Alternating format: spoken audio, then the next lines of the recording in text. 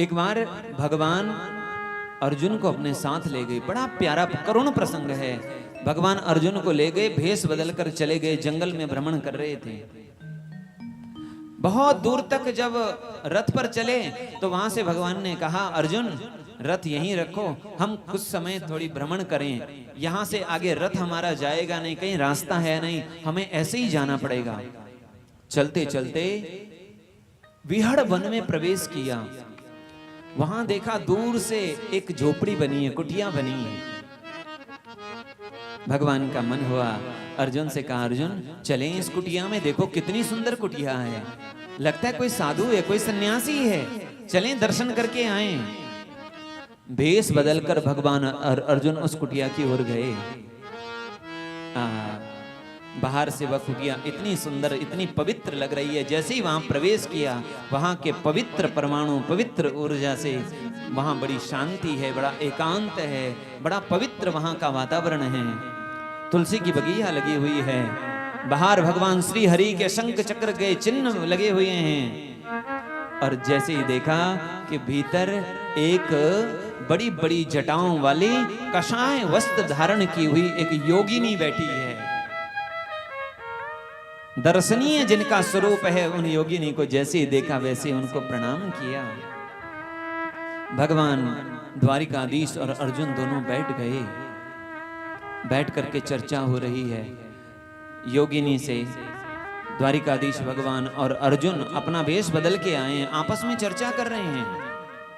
बड़ी अच्छी सत्संग की चर्चा हो रही है। उसी समय देखा जो योगिनी थी, उन्होंने शालिग्राम भगवान रखे हुए हैं, उन पे तुलसी पथराए हुए हैं और पुष्प अर्पित किए हुए हैं। बड़ा सुंदर अपना पूजा स्थान सजाया हुआ है।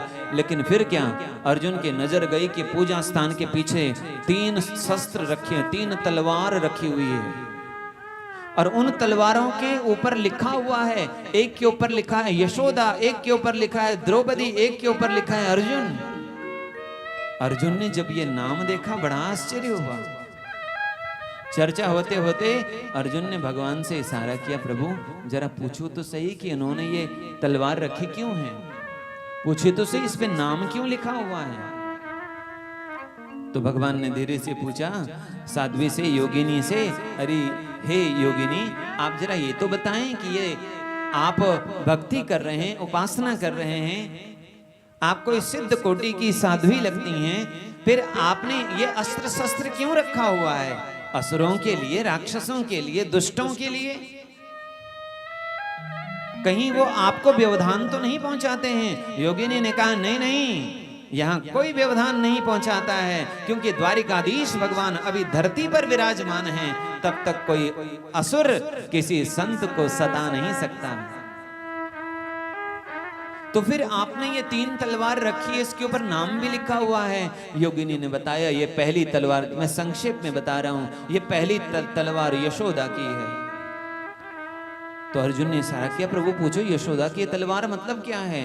योगिनी ने बताया, जो अब तक बड़े आवेश में बात कह रही थी, ये तलवार हमने जो रखी है ये यशोदा के लिए रखी है। बोले क्यों, यशोदा का क्या करना है?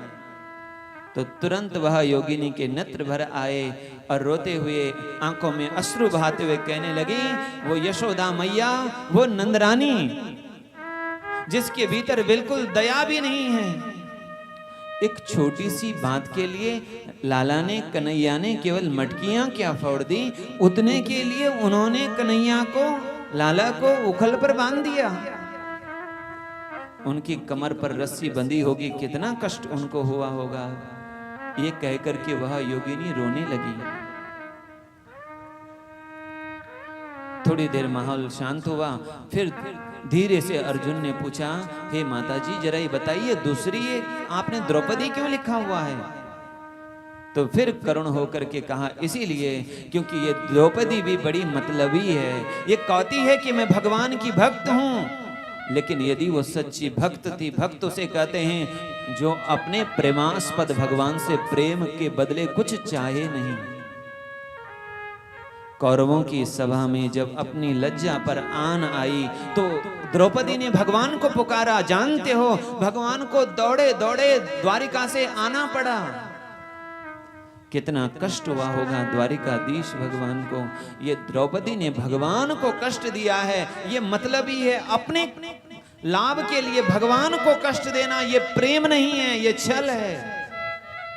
मैं उसे दंड दूंगी यदि कहीं मिलेगी। और तीसरा ये अर्जुन के लिए, ये अर्जुन तो जिसने बड़ी दृष्टता की है भगवान को, भगवान के हाथ में थमा, घोड़े की रस्सी हाथ में रख दी, अपना सारथी बना लिया, अपना नौकर बना लिया,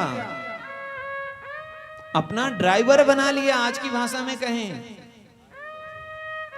अपने मतलब के लिए भगवान को अर्जुन ने अपना सेवक बनाया, भगवान को कष्ट दिया। और जब वो घोड़ों को हाँकते होंगे तो उनके हाथों में कितना कष्ट होता होगा। इसलिए उस अर्जुन को भी मैं जरूर दंड दूंगी, क्योंकि उसने हमारे प्रभु को कष्ट दिया है। इसीलिए अपने मतलब के लिए भगवान से प्रेम किया है। इसीलिए अर्जुन तो सुनकर के आश्चर्य में रह गए।